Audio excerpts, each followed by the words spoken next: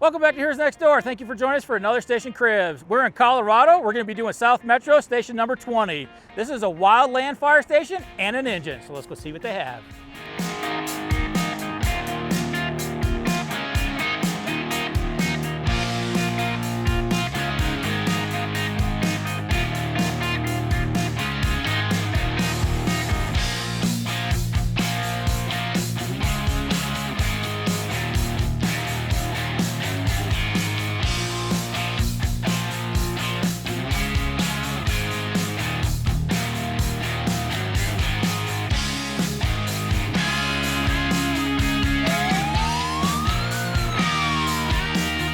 Today we're going to be meeting up with Brett. He's one of the captains here. He's going to walk us around this beautiful house.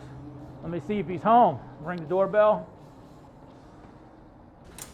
Hello. Hi, how's it going? Good. Are you Brett? Yes. Nice to meet you. Nice to meet you. Thanks for inviting us in. Yeah, come on in. All right. This is station number 20, right? It is. So we've been working with Eric for the last couple of days, and we've seen a couple different stations, but I saw this on his list. I went, wow, this is a nice house. So Yeah, we're very fortunate. It's one of our newer firehouses and has great views of the mountains and Yeah. great lot of room for the crews and yeah, very nice. Okay. Can you kind of show us around? Tell us where we're at. Yeah, absolutely. What about the area? Let's start with there, so our viewers kind of know where we're at. So we're in Highlands Ranch, which is south of Denver.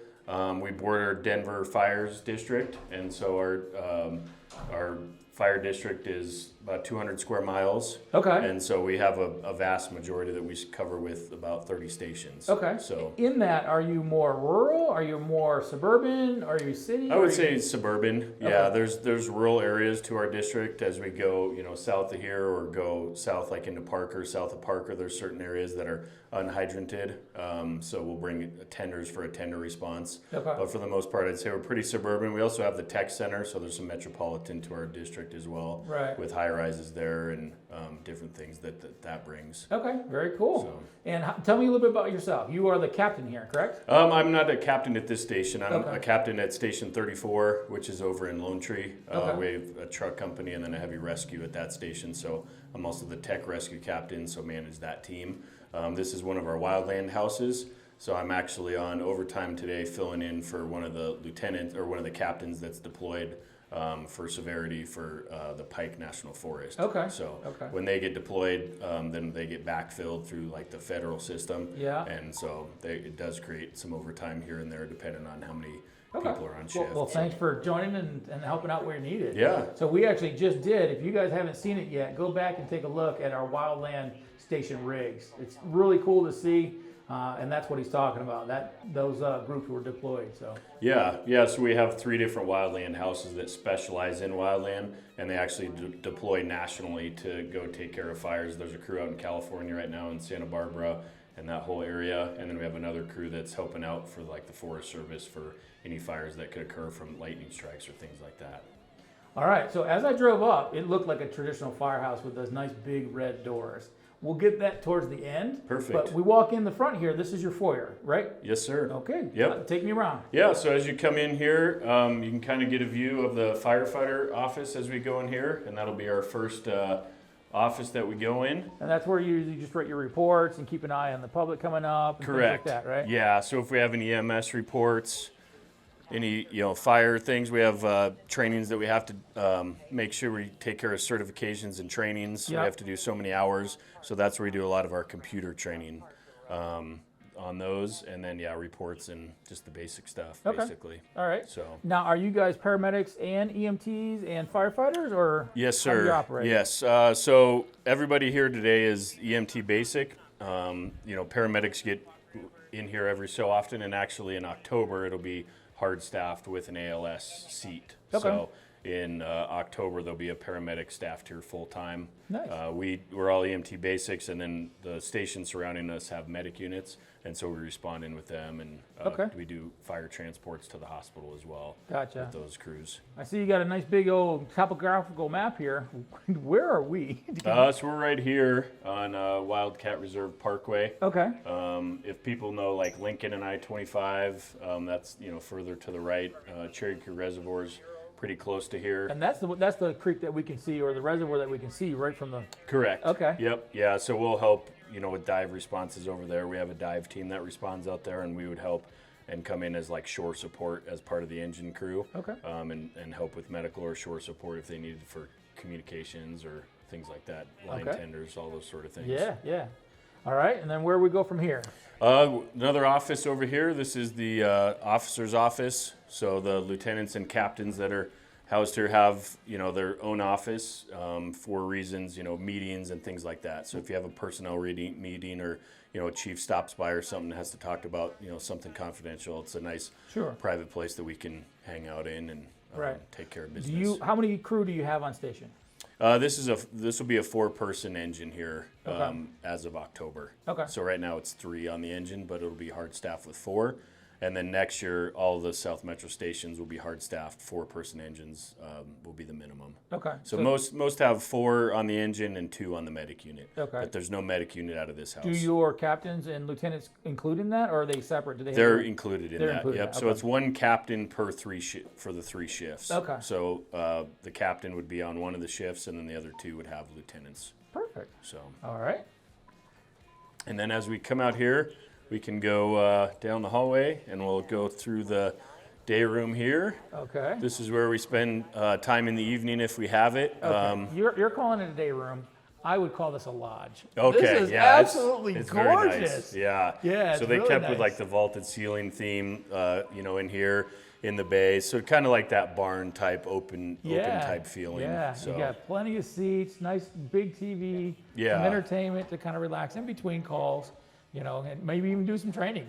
Yeah, so we do. We have a computer hooked up to the television too, and so we do a fair amount of trainings through those to capture all of our hours to make sure that we, like I said, for our certifications and staying up on everything. And as we finish our tour, the crew's actually going to be doing another training that hopefully you get a take a part in and take a look at. Okay, So. all right, yeah, that sounds good. Yeah, there's the day room here. Big old kitchen. Yep, we have our table kitchen. where all the problems are solved. Right? Yep, exactly. Solving world hunger and everything else. Okay, you got 4 different fridges. Yeah, so 1 per shift, and then we don't share very well, obviously, as you know. So we had to have our own for condiments and things like that. Right. So this fridge is all just condiments and things like that that are shared amongst the 3 shifts.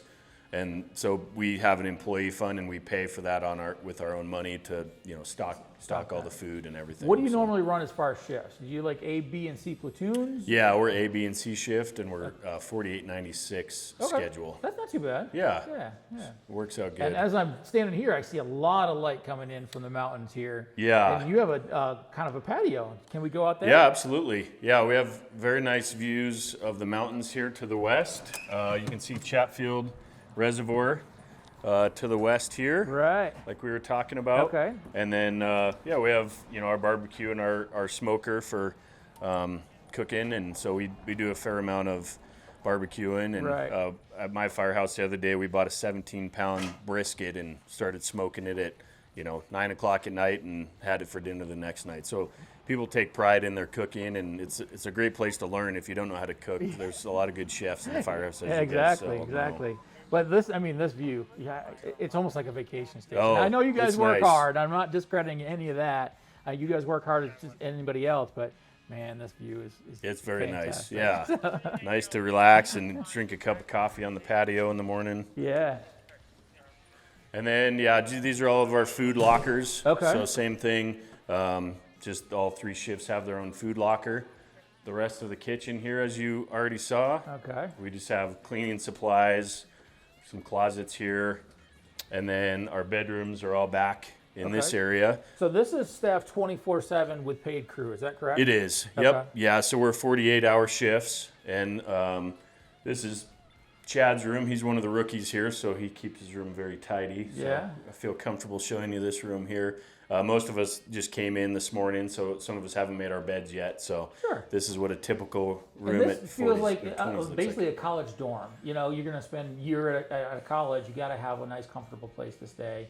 Have enough to put your clothes away and keep your room clean. This feels like that college dorm feel. Yeah, absolutely. Yeah, we have the living quarters and then the sleeping area that like the typical firehouse would have, just like an open bunker room. This is all. Everybody has their own room. And I noticed the alert system on the wall too. We saw that one at your other stations.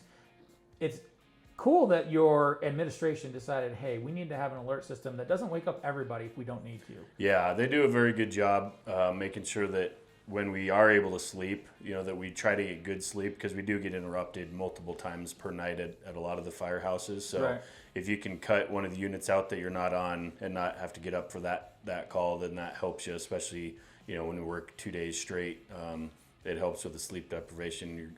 That second day we're still sharp and able to do things and function appropriately. Okay. So. How many bunks do you actually have on the back area here? I'd have to count them because I'm a guest here. I think Okay. they're 1, 2, 3, 4, 6. It looks like, yeah. Okay. So enough to basically house an engine and a medic is how we set up most of our stations. That makes sense. So there's 3 bathrooms with full showers and everything, and then there's another bathroom, like a community bathroom that's outside as well. But that's generally how we build our firehouses, enough for a medic unit and a 4-person truck. Okay. So I'm trying to get a feel of where we're at now, because I know the engine bay was on the other side. How do I get from my sleep quarters to the engine bay? We're heading that way. So I don't know if you want to see like the bathrooms here. So these are the typical bathroom. Right. We've got 3 different bathrooms. So And let's be real, it almost looks like a spa. yeah, and we try to build stations so that they're going to last. Yeah. So we build stations to be 50-year firehouses, if not more. You also built it to be ADA compliant, because I can tell that already, and both genders. You can accommodate everything. You don't have to worry about that cross contamination. Yeah, that's very important for sure. Yeah.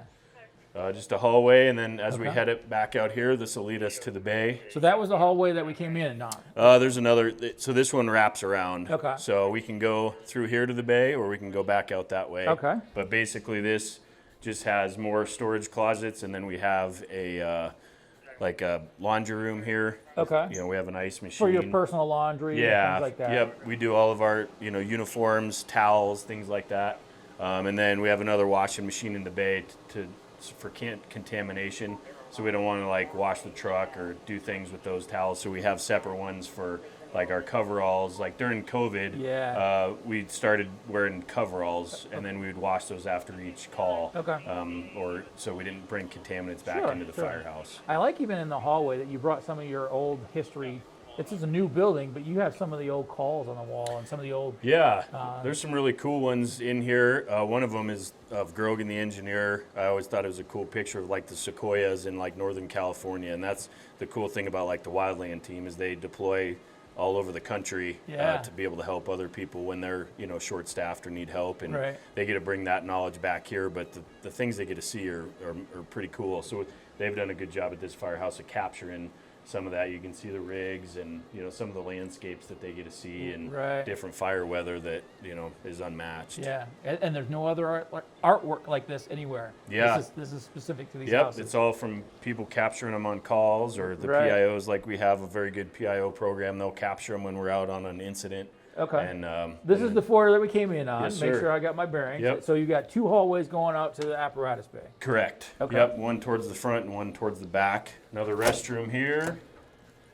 And then this is the apparatus bay. This is engine 20. Okay. So it's 750 gallons of water and then 20 gallons of foam. Okay. And then we have, so a combi tool, some basic extrication stuff, stabilization, ladders. So your basic vehicle rescue you can handle. Correct. Any of those kind of things. Yep. But a structural firefighting truck is what this is designed for. Correct. Okay. Yep. Yeah. So we have a Type 1 apparatus here, and then we also have a Type 3, which is similar to what you guys probably saw this morning when you were looking at one of our other ones. But this is actually a reserve truck because the other one's on deployment right now. Right. Yeah, So, we talked about that when we were at the other station and doing that. So that's why it's a different color too, I assume, because it's the reserve. Yep. So this is one of our original Type 3s. So that's the reason when our original Type 3's out, then this backfills it so that we still have a good response into our district. Okay. So, and that's an important thing. If we send crews out of district, we still have fire weather here that we have to mitigate and be on top of. And that that might be one of the concerns of the residents here. They help design and be part of the community of putting a firehouse here, and you're doing national response. So they may feel like I move into a homeowners association. I'm like, wait, where'd my fire department go? you guys still staff it. And Absolutely. That's what you guys are doing. Yep. So the viewers that are out there that are in the area that might be concerned about that, you shouldn't be, because they're still staffing it. Yep. Yeah. So we'll never neglect or send a firehouse out of service, for or a deployment.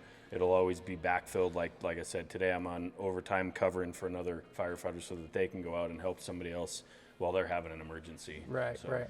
And I'm just getting the big feel of this huge apparatus bay. Oh, yeah. Really high ceilings. I love the doors. It's the iconic doors, the bifold doors versus the roll-up doors.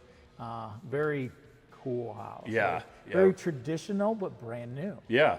Yeah, trying to keep with like that barn theme and kind of fit into the area. There's a barn, down the hill, and then historically, just this area is obviously continuing to develop to the south, but that same feel in the community. Okay. So, and then what that enables us to also do is have a training area here. Okay. So like in the wintertime, we can throw ladders in here. We can do different trainings that if there's Right. inclement weather outside, we still have the ability to do that because we have an open area that we can perform those trainings in. And you're in Colorado. You're a mile high that Yeah. I know of.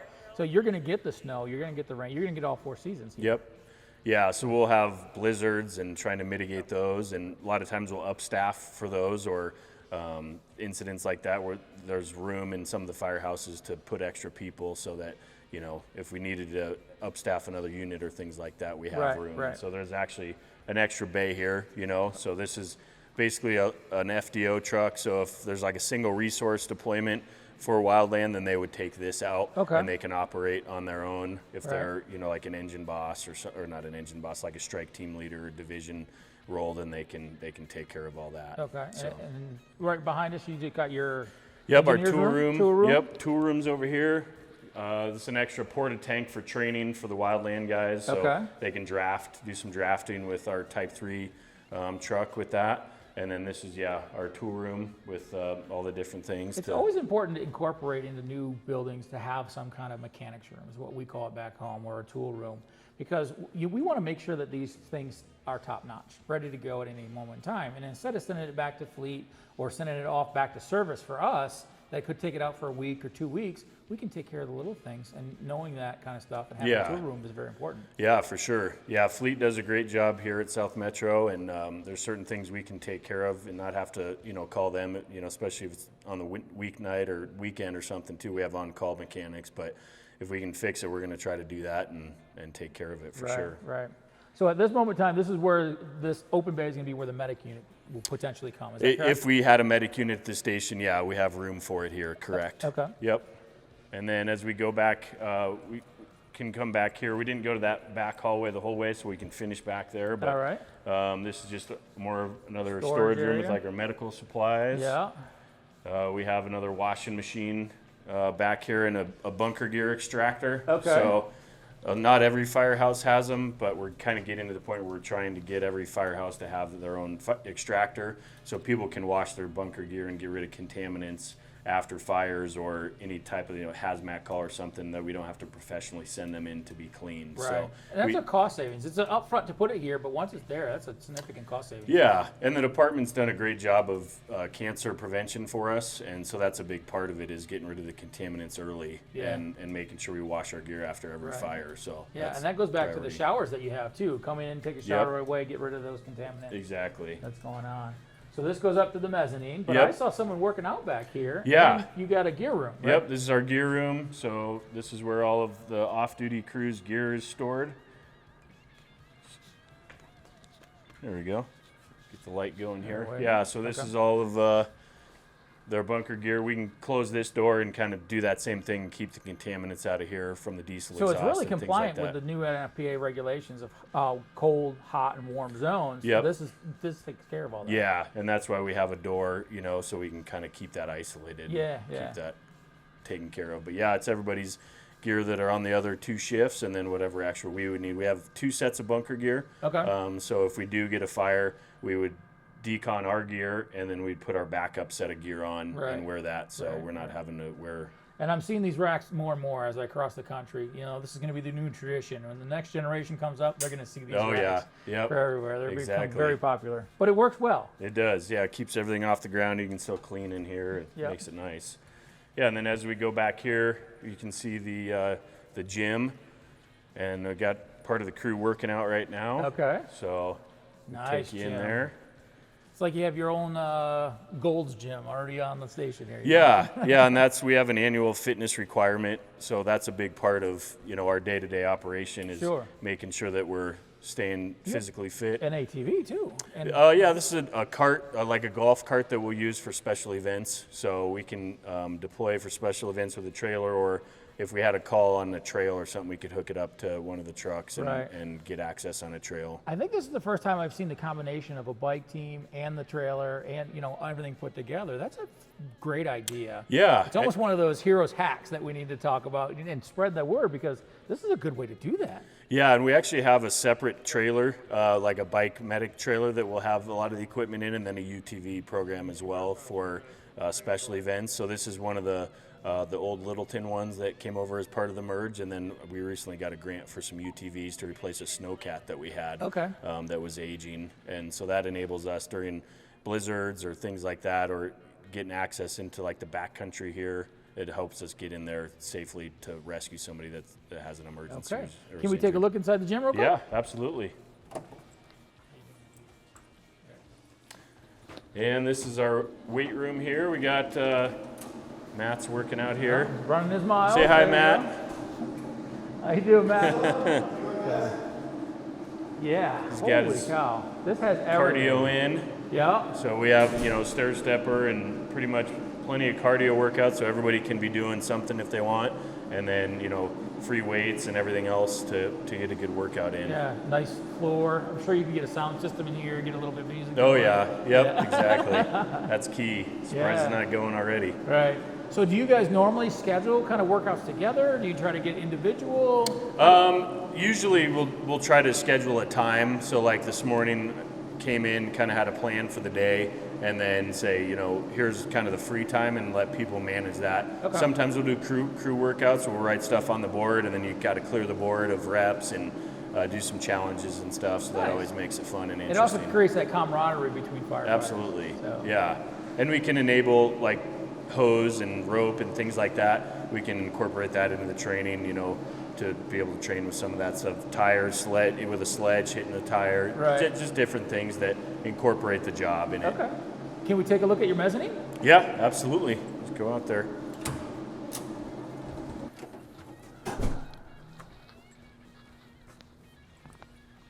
So up in the mezzanine, you said you can do a lot of regular training. So you can maybe do a search and rescue, some stair work, and that kind of stuff. Yep. Yeah. So I think there might even be like a rescue dummy up there potentially. But yeah, that's a nice area that you could. We have like smoke trainers we'll put in our masks, so you can simulate, you know, like zero visibility. Right. So you could, you know, put somebody up here and then work on throwing a ladder and rescuing somebody. That's a really good area. Yeah. Yeah, we have all like the mechanical workings up here, but there's different elevations, and it's, you know, nice area that we have a lot of opportunity. This would be a good place to do for medic wise, because that's what I like to do, is to do the stair chairs. So go down, make a turn, go down again. Yeah. You know, and learning how to use your equipment, or even a Stokes Baxit or a Reeves stretcher. Yep. Doing that is pretty cool. Yeah, absolutely. The sky's the limit. Come up with the training and just gives it something different for sure. And then look at the view here. I mean, even this is just fantastic. Yeah, no doubt. We're very fortunate. It's a nice station and should last us a long time. Yeah, so. Yeah, so that's pretty much the station tour, you know, for the most part. Got to see everything, got to see the outside, and kind of show you guys around. Yeah. It's not a big house, but it fits everything that you need. It fits the community needs of having the engine, having the Wildland, and potentially having the medic here pretty soon. It meets all those needs, and the house meets your guys' needs, because you're spending a lot of time here. So I appreciate you taking time, opening your doors, and showing everybody what it's all about. Yeah, thank you so much. Thank you very much. It, Mike. Yeah, so once again, this is the Station Cribs. This is station number 20 with South Metro. Thank you all for watching. Do us a favor, hit that subscribe, hit that notification, pound those like buttons. It helps our algorithm, and make some comments. Tell us what you think. Do you like the view or not? We'll see you again next week.